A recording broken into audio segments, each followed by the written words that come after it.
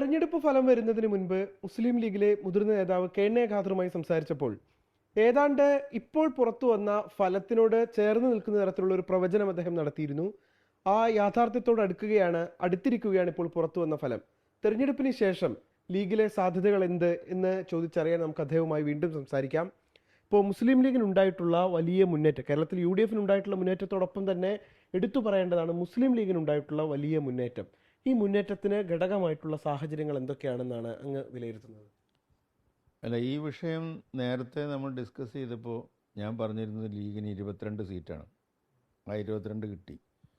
പിന്നെ ഈ മുസ്ലിം ലീഗിന് ഈ അസംബ്ലിയിലുണ്ടായിട്ടുള്ള ഏറ്റവും വലിയ പാർലമെൻ്ററി പാർട്ടി ഇതായിരിക്കും എന്ന് പറഞ്ഞു. രണ്ടും സത്യമായി.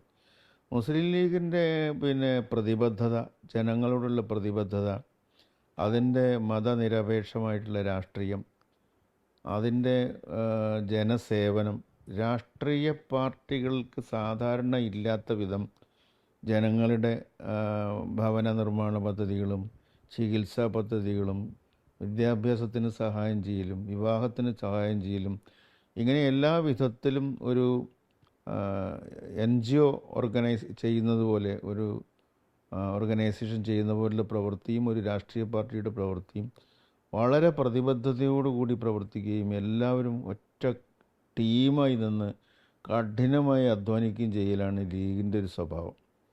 അത് വലിയ അച്ചടക്കമുള്ളൊരു പാർട്ടിയും കൂടിയാണ്. അതുകൊണ്ടാണ് ഈ ഒരു വലിയ വിജയം കൈവരിക്കാൻ സാധിച്ചത്. കൃത്യസമയത്ത് ശരിയായ രീതിയിൽ പാർട്ടി അണികളെ മുഴുവൻ രംഗത്തിറക്കാൻ ലീഗിന് സാധിച്ചു. എല്ലാവരും ഒരു ടീമായി നിന്ന് പ്രവർത്തിച്ചു. അതേസമയം ഘടകകക്ഷി എന്ന നിലയിൽ UDF-ൻ്റെ കൂടെയും വളരെ ശക്തമായി ഉറച്ചു നിന്നു. നല്ല അധ്വാനത്തിൻ്റെ ഫലം തന്നെയാണ് ഈ വിജയം എന്നാണ് ഞാൻ കരുതുന്നത്. ഇപ്പോൾ ലീഗിൻ്റെ ശക്തിയിൽ കോഴിക്കോട് ജില്ലയിൽ പോലും, അതായത് മലബാറിലെ മറ്റ് ജില്ലകളിൽ പോലും ആളുകൾ വിജയിച്ച് കയറുന്ന സാഹചര്യം ഉണ്ടായി. ഒരു പക്ഷേ ഏറ്റവും ഇപ്പോൾ CPM-ന് ഉള്ള 26 MLA-മാർക്കൊപ്പം അവർക്ക് അരികിലെത്തുകയാണ് മുസ്ലിം ലീഗിൻ്റെ കക്ഷി നില. 22 പേരുണ്ട്. ഈ സാഹചര്യത്തിൽ ഒരു മന്ത്രിതല ചർച്ചകളിലേക്കൊക്കെ പോകുമ്പോൾ മുസ്ലിം ലീഗിന് കൂടുതൽ മന്ത്രിസ്ഥാനം, ഇപ്പോൾ 5 മന്ത്രിമാരുണ്ടായിരുന്നു ഏറ്റവും ഒടുവിൽ ഉമ്മൻചാണ്ടി മന്ത്രിസഭയിൽ, കൂടുതൽ മന്ത്രിസ്ഥാനവും ഉപമുഖ്യമന്ത്രി സ്ഥാനം പോലെയുള്ള സാധ്യതകളൊക്കെ ചോദിച്ചു വാങ്ങാനുള്ള ഒരു പൊട്ടൻഷ്യൽ മുസ്ലിം ലീഗിന്. അത് അപ്രസക്തമായിട്ടുള്ളൊരു ചോദ്യമാണ്. മുസ്ലിം ലീഗിൻ്റെ സംസ്ഥാന അധ്യക്ഷൻ പാണക്കാട് സയ്യിദ് സാദിഖ് അലി ശിഹാബ് തങ്ങൾ ആ കാര്യങ്ങളൊക്കെ തീരുമാനിക്കും. അദ്ദേഹം അതിനെക്കുറിച്ച് അഭിപ്രായം പറയും. യാതൊരു ബുദ്ധിമുട്ടോ പ്രശ്നങ്ങളോ ഒരു ഘടകകക്ഷി എന്ന നിലയിൽ മുസ്ലിം ലീഗും കോൺഗ്രസും തമ്മിലോ മറ്റു ഘടകകക്ഷികൾ തമ്മിലോ ഉണ്ടാവില്ല. വളരെ കൂളായി, സിമ്പിളായി, മുൻകാലങ്ങളിൽ ചെയ്യുന്നതുപോലെ ആ ട്രഡീഷണൽ കീഴ്വഴക്കങ്ങളൊക്കെ മാനിച്ചുകൊണ്ട്, പുതിയ സാഹചര്യങ്ങൾ മാനിച്ചുകൊണ്ട് ആ പ്രശ്നങ്ങളൊക്കെ സെറ്റിലാവും. ഞാൻ ചോദിച്ചത് തർക്കത്തെക്കുറിച്ചല്ല, തർക്കങ്ങൾ ഉണ്ടാവുമെന്നല്ല. ഇത്രയും ഒരു കൂടുതൽ ആവശ്യപ്പെടാനുള്ള അർഹത മുസ്ലിം ലീഗിനെ സംബന്ധിച്ചിടത്തോളം ഇല്ലേ എന്നാണ് ചോദിച്ചത്. അല്ല, അത് ഞാൻ നിങ്ങൾക്ക് തന്നെ അങ്ങനെ തോന്നിയിട്ടുണ്ടാവുമല്ലോ, ഇല്ലേ? നിഖിലെന്ത് പറയണു, അർഹത ഉണ്ടോ? ഏറ്റവും വലിയ ഇത്രയും MLA-മാരെ വിജയിപ്പിച്ച, പുതുമുഖങ്ങളെ അടക്കം വിജയിപ്പിച്ച് സഭയിലെത്തിച്ച ഒരു പാർട്ടി എന്നുള്ള നിലയ്ക്ക് സ്വാഭാവികമായിട്ടും അതിനുള്ള സാധ്യതയുണ്ട്. അപ്പോൾ നിഖിലിനെ പോലുള്ളവർക്ക് അങ്ങനെ തോന്നുന്നുണ്ടെങ്കിൽ എല്ലാവർക്കും അങ്ങനെ തോന്നുമായിരിക്കും. അത് ഈ അർഹത ഉണ്ടോ എന്ന് ചോദിക്കാൻ തുടങ്ങിയിട്ട് ഒരുപാട് കാലമായി. ഇപ്പോൾ എന്നോട് മാത്രമല്ല, പലരോടും ചോദിച്ചിട്ടുണ്ട്. ഇവിടെ അർഹതയും അനർഹതയും ഒന്നുമില്ല. ഒരു റീസണബിളായിട്ടുള്ളൊരു സെറ്റിൽമെൻറ്റ്, ഈ സെറ്റിൽമെൻറ്റ് എന്നൊക്കെ പറയാൻ എന്തെങ്കിലും ഒരു തർക്കം വേണ്ടേ? അങ്ങനെ ഒരു പ്രശ്നമേ ഇല്ലയെന്ന്. അതൊക്കെ സ്വാഭാവികമായ രീതിയിൽ എത്രയോ വർഷങ്ങളായിട്ട് പരിഹരിച്ചു പോരുന്ന പ്രശ്നങ്ങളാണ്. അതുകൊണ്ട് തനിക്കതിന് അർഹത ഉണ്ടോ ഇല്ലയെന്ന് അങ്ങോട്ടും ഇങ്ങോട്ടും ചോദ്യോത്തരമൊന്നും ഇതിലില്ല. അത്ര ലഘുവായിട്ട് ഈ പ്രശ്നം തീരും. ഇത് ഒരുപാട് ദിവസം കൊണ്ടു നടക്കാൻ നിങ്ങൾക്ക് സാധിക്കുമെന്ന് ഞാൻ വിശ്വസിക്കുന്നില്ല. ഇത്തവണ വളരെ എളുപ്പത്തിൽ മുഖ്യമന്ത്രി സ്ഥാനാർത്ഥി അടക്കം ആ കാര്യം അടക്കം തീരും. അതിലൊരു ഭേദമൊക്കെ ഉണ്ട്. ഇത്തവണയല്ല, എത്തവണയും അങ്ങനെയായിരുന്നു. ഈ തവണ മാത്രമല്ല, എല്ലാ തവണയും അങ്ങനെയായിരുന്നു. അതുപോലെ ഈ തവണയും സംഭവിക്കുന്ന പറഞ്ഞു. ഇപ്പോൾ സംസ്ഥാനത്താകമാനം LDF-ന് സംഭവിച്ചിട്ടുള്ള ഒരു തകർച്ച എന്നുള്ളത് സമാനതകളില്ലാത്തതാണ്. ഇപ്പോൾ ധർമ്മടത്ത് പിണറായി വിജയനടക്കം പരാജയത്തിൻ്റെ കയ്പ് നുണയുമോ എന്ന് തോന്നുന്ന തരത്തിൽ മത്സരം മാറി. എന്തായിരിക്കും സ്റ്റേറ്റ് പൊളിറ്റിക്സിൽ സംഭവിച്ചിട്ടുള്ള ഒരു മാറ്റം? സ്റ്റേറ്റ് പൊളിറ്റിക്സ് എന്ന് പറഞ്ഞാൽ ഈ കമ്മ്യൂണിസ്റ്റ് പാർട്ടി ഒരു കമ്മ്യൂണിസ്റ്റ് രീതിയൊക്കെ ഉപേക്ഷിച്ചിട്ട് ഒരുപാട് വർഷങ്ങളായി. അവരുടെ മതനിരപേക്ഷത ഉപേക്ഷിച്ച് വർഗീയത പ്രചരിപ്പിക്കുന്ന ഒരു സാധാരണ ആ, രാഷ്ട്രീയ കക്ഷിയായി മാറി. അതുപോലെ തന്നെ അവരൊരു പ്രാകൃത സമ്പ്രദായമാണ് പണ്ടേ അവർക്കുള്ളത്.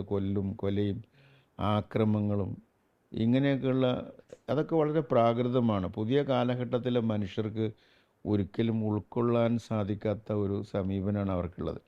പിന്നെ ഈ കോർപ്പറേറ്റുകൾ, മുതലാളിമാർ, സമ്പത്തിനോടുള്ള ആർത്തി, അധികാരത്തോടുള്ള ആർത്തി, ഭ്രമം, അങ്ങനെ അല്പനർത്ഥം കിട്ടിയാൽ എന്ന് പറഞ്ഞ മാതിരി കണ്ണ് മഞ്ഞളിച്ച് പോയിട്ട് കിട്ടിയ ഭരണക്കാലം മുഴുവൻ വേണ്ട രീതിയിൽ പ്രയോജനപ്പെടുത്തി മറ്റ് നേട്ടങ്ങൾക്ക് വേണ്ടി അവർ പ്രവർത്തിച്ചു. അതുകൊണ്ട് കൂടിയൊക്കെ സംഭവിച്ചതാണ് അവർക്കത്. കമ്മ്യൂണിസ്റ്റുകാർക്ക് ഇങ്ങനെ വരാൻ പാടുണ്ടോ എന്നൊക്കെ ചോദിച്ചാൽ, ഞാനൊരു പഴയ കമ്മ്യൂണിസ്റ്റുകാരനായതുകൊണ്ട് കമ്മ്യൂണിസ്റ്റുകാർക്ക് ഇങ്ങനെ പല സ്ഥലങ്ങളിലും സംഭവിച്ചിട്ടുണ്ട്. അതുകൊണ്ട് അവരുടെയൊക്കെ ഭരണം പോയിട്ടുണ്ടല്ലോ. പല രാജ്യങ്ങളിലും ഉണ്ടായിരുന്ന കമ്മ്യൂണിസ്റ്റ് ഭരണങ്ങളൊക്കെ പോകുന്നതിന് ഇതുപോലുള്ള സംഭവങ്ങളൊക്കെ കാരണമായിട്ടുണ്ട്. പിന്നെ ജനാധിപത്യം എന്ന് പറഞ്ഞാൽ അത് ഒരു മാർക്സിസ്റ്റ് ഗ്രന്ഥത്തിലുള്ളൊരു സംഗതിയല്ല. ഡെമോക്രസി, പാർലമെൻ്ററി ഡെമോക്രസിനെ ആസ്പദമാക്കിയിട്ട് തെരഞ്ഞെടുപ്പിലൂടെ അധികാരത്തിൽ വരിക എന്നുള്ളതൊന്നും ഒരു മാർക്സിൻ്റെ സങ്കല്പമല്ല. അപ്പോൾ ആ രീതിയിൽ വന്നപ്പോൾ ഇവർ ഒരു പ്രത്യേക തരത്തിലുള്ളൊരു മുതലാളിത്ത സ്വഭാവമുള്ള കക്ഷിയായി മാറി. കോൺഗ്രസിനെ അവർ ബൂർഷ്വ പാർട്ടി എന്ന് വിളിച്ചിരുന്നു. കോൺഗ്രസ് പോലും ഒരു ബൂർഷ്വ പാർട്ടി എന്ന് അതിനെ വിളിക്കാൻ പാടില്ലാത്ത വിധത്തിൽ സാധാരണക്കാരുടെ പാർട്ടിയായിട്ട് മാറി. ഇപ്പോൾ സ്വാതന്ത്ര്യത്തിന് മുമ്പുള്ള ഇന്ത്യൻ നാഷണൽ കോൺഗ്രസിൻ്റെ സ്വഭാവ സവിശേഷതകൾ വീണ്ടും തിരിച്ചു പിടിച്ച് കോൺഗ്രസ് വളരെ ജനകീയ സ്വഭാവമുള്ള സാധാരണക്കാരുടെ എല്ലാ മനുഷ്യരുടെയും വിചാരങ്ങൾ മാനിക്കുന്നൊരു പാർട്ടിയായിട്ട് മാറി. കമ്മ്യൂണിസ്റ്റുകാർ നേരെ തിരിച്ച് ആയിപ്പോയി. അതാണ് സംഭവിച്ചത്. പഴയ കോർപ്പറേറ്റ് സ്വഭാവം പൂർണ്ണമായിട്ടും കോർപ്പറേറ്റുകളൊക്കെ ഭാരതീയ ജനതാ പാർട്ടിയുടെ കൂടെ ആയിപ്പോയി. ദേശീയ തലത്തിൽ, സംസ്ഥാന തലത്തിൽ അതിൻ്റെ ഒരു നിഴൽ പോലെ ഇവരും മാറി. വർഗീയത, കമ്മ്യൂണൽ പോളറൈസേഷൻ ഉണ്ടാക്കിക്കൊണ്ട് ജയിക്കാനാണ് ഈ തവണ CPM ശ്രമിച്ചത്. അതൊരു നിസ്സാരമായ തെറ്റല്ല, ഒരു വലിയ പ്രശ്നമാണത്. ആ പാർട്ടിയെ സംബന്ധിച്ച് അതിനെ മറികടക്കാൻ ബുദ്ധിമുട്ടുണ്ട്. അവർ തെറ്റ് തിരുത്തണം എന്നൊക്കെ പറയാറുണ്ട്. അങ്ങനെ തിരുത്തണം എന്നുള്ള അഭിപ്രായം എനിക്കില്ല. കാരണം എന്താ വെച്ചാൽ തിരുത്തിയാൽ പിന്നെ ആളുകൾക്ക് ബുദ്ധിമുട്ടായില്ലേ അവസരം. ഞങ്ങൾക്കൊക്കെ വളരെ എളുപ്പമാണ്. തിരുത്തല്ല വേണ്ടത്. ജനങ്ങൾക്ക് ഏത് രാഷ്ട്രീയ കക്ഷിയെയും തിരുത്താനും തുരത്താനും അറിയാം. അതുകൊണ്ട് ഇവർ തിരുത്തേണ്ട കാര്യമൊന്നുമില്ല. തിരുത്തൽ എളുപ്പമല്ല അവർക്ക്. കാരണം ഇതൊരു സ്വഭാവവും ശീലമായിട്ട് മാറിക്കഴിഞ്ഞു. ആരെയാണ് തിരുത്തുക? ഇതിനകത്ത് നേതൃത്വത്തിലോ എവിടെയെങ്കിലും ഒരു നന്മയുടെ വെളിച്ചം, പ്രകാശം അവശേഷിക്കുന്നുണ്ടെങ്കിലല്ലേ തിരുത്തുക. അങ്ങനെ അവശേഷിച്ചിരുന്ന നല്ല സഖാക്കളാണ് ഈ കണ്ണൂരിലൊക്കെ പുറത്തേക്ക് ഇങ്ങനെ വന്നുകൊണ്ടിരിക്കുന്നത്. അവരൊക്കെ പുറത്തു പോവുകയും കൂടി ചെയ്താൽ പിന്നെ തിരുത്താൻ എന്തിരിക്കുന്നു? അതാണ് അതിൻ്റെ പ്രശ്നം. അത് ഒരു വളരെ ഈ പ്രസ്ഥാനത്തോട് തന്നെ അനീതിയാണ് അവർ ചെയ്തതെന്ന് തോന്നുന്നു. വാസ്തവത്തിൽ കമ്മ്യൂണിസ്റ്റ് പ്രസ്ഥാനം ഇന്ത്യയിലും കേരളത്തിലും ഇല്ലാതാവണമെന്ന് ആഗ്രഹിക്കുന്ന ഒരാളല്ല ഞാൻ. അവർക്കൊരു റോള് ആവശ്യമാണെങ്കിൽ പ്ലേ ചെയ്യാൻ കഴിയും. അത് ഫാസിസ്റ്റുകൾക്കെതിരായിട്ട് പ്ലേ ചെയ്യാൻ കഴിയും. അതൊക്കെ അവർ വിട്ടെറിഞ്ഞ് അവരുടെ തണലിൽ മിനുങ്ങുന്നൊരു സ്വഭാവമായിപ്പോൾ. ഇപ്പോൾ ഇവിടെ 3 NDAക്കാർ ജയിച്ചു വന്നപ്പോൾ അതിനെക്കുറിച്ചൊന്നും അവർക്കൊരു അഭിപ്രായമില്ലല്ലോ. ഈ കേരളത്തിൻ്റെ നിയമസഭയിൽ ആദ്യമായിട്ട് ഒരു രാജഗോപാൽ ഉണ്ടായിരുന്നു ഒരാൾ. ഇപ്പോൾ 3 പേര് ആദ്യം വരുമ്പോൾ അതിനെക്കുറിച്ചൊരു വേവലാതിയൊന്നും ഇടതുപക്ഷത്തിന് ഇല്ലല്ലോ. അപ്പോൾ അത് ഒരു വലിയ അപജയം സംഭവിച്ചു പോയി അവർക്ക്. ഇപ്പോൾ മറ്റൊരു കാര്യം, നിരന്തരം മുസ്ലിം ലീഗിനെ കുറിച്ച് വിമർശിച്ചുകൊണ്ടിരിക്കുന്ന, വിദ്വേഷം പറഞ്ഞുകൊണ്ടിരിക്കുന്ന ഒരാളാണ് വെള്ളാപ്പള്ളി. അദ്ദേഹം ഏറ്റവും ഒടുവിൽ പറഞ്ഞത്, ഇപ്പോൾ UDF അധികാരത്തിൽ വരികയാണെങ്കിൽ മുസ്ലിം ലീഗായിരിക്കും ഭരിക്കുക, മാറാട് ആവർത്തിക്കും. അങ്ങനെ നിരന്തരം ഇങ്ങനെ പറഞ്ഞുകൊണ്ടിരിക്കുകയാണ് അദ്ദേഹം. എന്താണ് മുസ്ലിം ലീഗിനോട്, മലപ്പുറത്തോട് അദ്ദേഹത്തിനുള്ള ഈ വിദ്വേഷത്തിൻ്റെ ഇത്രമേൽ വിഷം ഇങ്ങനെ വമിപ്പിക്കുന്നതിൻ്റെ കാരണം എന്തായിരിക്കും? എന്താണ് അങ്ങ് മനസ്സിലാക്കുന്നത്? അല്ല, അത് അദ്ദേഹത്തിൻ്റെ ഒരു വർഗീയത. ശ്രീനാരായണ ഗുരു എന്തു പറഞ്ഞോ അതിൻ്റെ നേരെ എതിരാണ് അദ്ദേഹം പറയുന്നത്. നമ്മളിപ്പോൾ വെള്ളാപ്പള്ളിയൊന്നും പറയാത്തതെന്ന് വെച്ചാൽ, ഈഴവ സമുദായത്തിൽപ്പെട്ട മനുഷ്യരോട് ഞങ്ങൾക്കുള്ള അടുത്ത ബന്ധവും അവരോടുള്ള സ്നേഹവും അവരോടുള്ള കടപ്പാടും മമതയൊക്കെ ഉള്ളത് കൊണ്ട് ഇദ്ദേഹം അതിൻ്റെ ഒരു പ്രാതിനിധ്യം വഹിക്കുന്ന ആളായതുകൊണ്ട് തൽക്കാലം അതിനെക്കുറിച്ച് ഒരുപാട് എതിരായിട്ടൊന്നും ഞങ്ങളൊന്നും പറഞ്ഞിട്ടില്ല. അദ്ദേഹം അത് കരുതിക്കൂട്ടി ചെയ്യുന്നതാണ്. അദ്ദേഹം ഒരു ബ്രിഡ്ജാണ് ഇൻ ബിറ്റ്വീൻ ഈ സംഘപരിവാറിൻ്റെ നേതൃത്വവും CPM നേതൃത്വത്തിനും ഇടയിൽ ഒരു നല്ല പാലമായി. നമ്മൾ നേരത്തെ ബ്രിട്ടാസിനെ കുറിച്ച് പറഞ്ഞിരുന്നല്ലോ.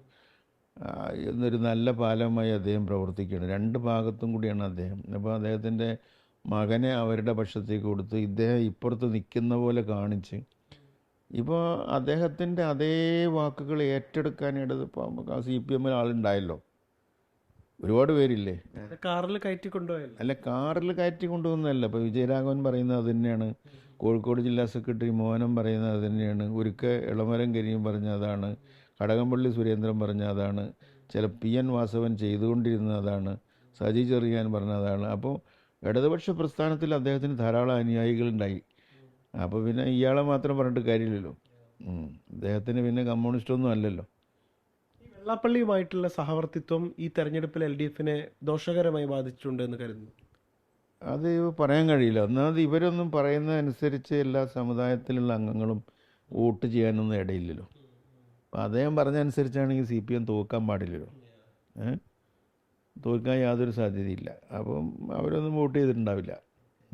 ഇപ്പോൾ കഴിഞ്ഞ ദിവസം യൂത്ത് ലീഗിൻ്റെ ഒരു ജില്ലാ കമ്മിറ്റിയുടെ അവർ പുറത്തിറക്കിയ ഒരു പ്രമേയത്തിൽ പറയുന്നത് മലപ്പുറം ജില്ല വിഭജനം എത്രയും വേഗത്തിൽ നടപ്പാക്കണം, ഒരു ജില്ലയ്ക്ക് കിട്ടേണ്ടുന്ന കൂടുതൽ വികസന കാര്യങ്ങളിലടക്കം പുറകോട്ട് പോകുന്നുണ്ട് എന്നുള്ളൊരു ആവശ്യം അവർ മുന്നോട്ട് വയ്ക്കുകയുണ്ടായി. എന്താണ് അതിനെക്കുറിച്ചുള്ള അങ്ങയുടെ ഒരു ടേക്ക്? അതിനെ സംബന്ധിച്ച് മുസ്ലിം ലീഗ് ഒരു അഭിപ്രായം പറയും കുറച്ച് കഴിയുമ്പോൾ, അന്നേരം കേൾക്കാം. ഒരു ചർച്ച വരേണ്ടതാണെന്ന് കരുതുന്നു. അങ്ങനെയാണെങ്കിൽ അത് അതിനെക്കുറിച്ചൊക്കെ ലീഗ് പറയും, അതിൻ്റെ ആവശ്യകതയെക്കുറിച്ച്. മുമ്പും ചില അഭിപ്രായങ്ങളൊക്കെ പറഞ്ഞിട്ടുണ്ട്. അപ്പോൾ നോക്കാം നമുക്ക്. ദേശീയ രാഷ്ട്രീയത്തിലെ നമ്മൾ പ്രതീക്ഷിക്കാത്ത ചില നീക്കങ്ങളാണ് ഈ ഇപ്പോൾ കഴിഞ്ഞ തെരഞ്ഞെടുപ്പുകളിൽ ഉണ്ടായത്. ഇപ്പോൾ തമിഴ്നാട്ടിലെ കാര്യങ്ങളാണെങ്കിലൊക്കെ നമ്മളെ സത്യത്തിൽ അത്ഭുതപ്പെടുത്തുന്നതാണ്. എക്സിറ്റ് പോളുകൾക്കൊന്നും പറയാൻ പറ്റാത്തതാണ് എക്സാക്ട് പോൾ വന്നപ്പോൾ ഉണ്ടായത്. എങ്ങനെയാണ് അങ്ങ് ഒരു രാഷ്ട്രീയ നിരീക്ഷണം എന്നുള്ള നിലയ്ക്ക് കൂടി അത്തരം കാര്യങ്ങളെ നിരീക്ഷിക്കുന്നത്? ഞാൻ ഈ തൃണമൂൽ കോൺഗ്രസിൻ്റെയും മമതാ ബാനർജിയുടെയും പരാജയത്തിലും DMK നേതാവ് സ്റ്റാലിൻ്റെയും ആ പാർട്ടിയുടെയും പരാജയത്തിലും വളരെയേറെ ദുഃഖിക്കുന്ന ഒരാളാണ്. മറ്റൊന്നും കൊണ്ടല്ല, ഈ സംഘപരിവാർ ഗവൺമെൻറ്റിൻ്റെ ഏകാധിപത്യത്തിനെതിരെ, അവരുടെ അഴിമതികൾക്കെതിരെയൊക്കെ വളരെ ശക്തമായി പോരാട്ടം നടത്തിയിരുന്ന രണ്ട് പാർട്ടികളാണത്. അത് മമത ഭയങ്കര പിന്നെ പ്രത്യക്ഷമായി തന്നെ ധാരാളം സമരങ്ങളൊക്കെ അവർ നടത്തിയിട്ടുണ്ട്. അവർ പാർലമെൻറ്റിൽ തൃണമൂൽ കോൺഗ്രസിൻ്റെ അംഗങ്ങൾ മഹുവ മൈത്ര അവർ ഒക്കെ ഉണ്ടല്ലോ, അവരുടെ എല്ലാ സ്ത്രീകളും അല്ലാത്തവരുമായിട്ടുള്ള പാർലമെൻറ്റ് അംഗങ്ങളെ എത്ര ശക്തമായിട്ടാണ് നരേന്ദ്രമോദിയെയും അമിത്ഷായെയും ഒക്കെ വിമർശിച്ചിട്ടുള്ളത്. അത്ഭുതകരമായ രോമാഞ്ചജനകമായ രീതിയിൽ ഈ സംഘപരിവാർ രാഷ്ട്രീയത്തെ എതിർത്തുകൊണ്ടിരുന്നൊരു പാർട്ടിയാണ്. അതുകൊണ്ട് തന്നെ BJPയുടെ ശത്രുപാളയത്തിൽ 1-ാം സ്ഥാനം നൽകിയിട്ട് അവരെ എങ്ങനെയെങ്കിലും നിഷ്കാസനം ചെയ്യണമെന്ന് കേന്ദ്ര ഗവൺമെൻറ്റിന് ഉണ്ടായി എന്നാണ് മമതയും പറയുന്നത്. അപ്പോൾ മമതാ ബാനർജിയുടെ തെറ്റുകളെക്കുറിച്ചൊക്കെ പറയുന്ന ആളുകളുണ്ട്. അത് അവരെ കൊണ്ട് തിരുത്താൻ വേറെ രീതി നോക്കണം. നേരെ മറിച്ച് ഇന്ത്യൻ രാഷ്ട്രീയത്തിൽ അതിഗംഭീരമായ രണ്ട് പോരാട്ടം നടത്തിയിരുന്ന പാർട്ടികളാണ് DMKയും തൃണമൂൽ കോൺഗ്രസും. അത് രണ്ടും പരാജയപ്പെട്ടു. പിന്നെ സാധാരണഗതിയിൽ പറയേണ്ടത് അവരുടെ മന്ത്രിസഭ അല്ലാതെ ഉള്ള ഒരേ ഒരു കമ്മ്യൂണിസ്റ്റ് മന്ത്രിസഭ കേരളത്തിലാണ്. ഇവർ അതിവേഗം കീഴടങ്ങി. മമത കീഴടങ്ങിയില്ല, ഇപ്പോഴും കീഴടങ്ങിയിട്ടില്ല. സ്റ്റാലിൻ കീഴടങ്ങിയില്ല. ഇപ്പോൾ കോൺഗ്രസ് മന്ത്രിസഭകൾ കുറേ ഉണ്ട്, അവരൊന്നും കീഴടങ്ങിയവരല്ല. കോൺഗ്രസ് മന്ത്രിസഭകളൊക്കെ ഒരുപാടെണ്ണം ഉണ്ടല്ലോ വേറെ. അപ്പോൾ കോൺഗ്രസിൻ്റെ ചില സംസ്ഥാനങ്ങൾ ഭരിക്കുന്ന മന്ത്രിസഭകളും കമ്മ്യൂണിസ്റ്റ് പാർട്ടി ഭരിക്കുന്ന ഒരു സംസ്ഥാനവും തൃണമൂൽ ഭരിക്കുന്ന വേറൊരു സംസ്ഥാനവും പിന്നെ സ്റ്റാലിൻ ഭരിക്കുന്ന ഒരു സംസ്ഥാനം ഒക്കെ ഏതാണ്ട് സംഘപരിവാർ രാഷ്ട്രീയത്തിനും കേന്ദ്ര സർക്കാരിൻ്റെ ഏകാധിപത്യ ജനാധിപത്യ വിരുദ്ധ ഭരണഘടനാ വിരുദ്ധ നയങ്ങൾക്കെതിരായി ശക്തമായ പോരാട്ടം നടത്തിയിരുന്നു. ആ പോരാട്ടങ്ങളിൽ മുൻപന്തിയിൽ നിന്നിരുന്ന രണ്ട് പോരാളികളാണ് ഇവിടെ തളർന്നു പോയിട്ടുള്ളത്. അതിൻ്റെ ഒരു നഷ്ടം വരും. കമ്മ്യൂണിസ്റ്റ് പാർട്ടിയിൽ നിന്നും അതുപോലൊരു പോരാട്ടം പ്രതീക്ഷിക്കുന്ന ഒരാളാണ് ഞാൻ. പക്ഷേ അൺഫോർച്ചുനേറ്റ്ലി അതവർക്ക് നടത്താൻ കഴിഞ്ഞില്ല എന്ന് മാത്രമല്ല, അവരതിവേഗം അതിന് കീഴ്പ്പെടുകയാണ് ചെയ്തത്. കമ്മ്യൂണിസ്റ്റ് പാർട്ടിയുടെ മൊത്തം തീരുമാനമായിരിക്കില്ല, പക്ഷേ ഇവിടെ നേതൃത്വം നൽകിയ ആളുകൾ ആ തരത്തിൽ ആ പാർട്ടി കൊണ്ടുപോയി നടത്തി. അപ്പോൾ ആ പാർട്ടിക്കകത്ത് ഇനിയും ഒരു പക്ഷേ ശരിയായ രീതിയിൽ ഈ സംഘപരിവാര രാഷ്ട്രീയത്തെ എതിർക്കുന്നവരൊക്കെ ഉണ്ടായിരിക്കും. അവരൊക്കെ ഉയർന്ന് തിരുത്തി മുന്നോട്ട് വരുന്ന സമയം വരുമ്പോൾ എന്തെങ്കിലും സംഭവിക്കും എനിക്ക് അറിഞ്ഞൂടാ. ഇപ്പോൾ ഈ സ്റ്റാലിനും മമതക്കും ഒക്കെ ഉണ്ടായിരുന്ന ഒരു ഇമേജ് ഇവിടെ ഉണ്ടായിട്ടില്ല. കേരള രാഷ്ട്രീയത്തിൽ ഉണ്ടായിട്ടില്ല. എന്തായാലും ഈ തെരഞ്ഞെടുപ്പിന് ശേഷമുള്ള സാഹചര്യങ്ങൾ വളരെ വിശദമായി വിലയിരുത്തുകയായിരുന്നു Shri K N A Khader. Muhammad അർഷാഖിനൊപ്പം നിഖിൽ പ്രമേഷ്, 24 മലപ്പുറം.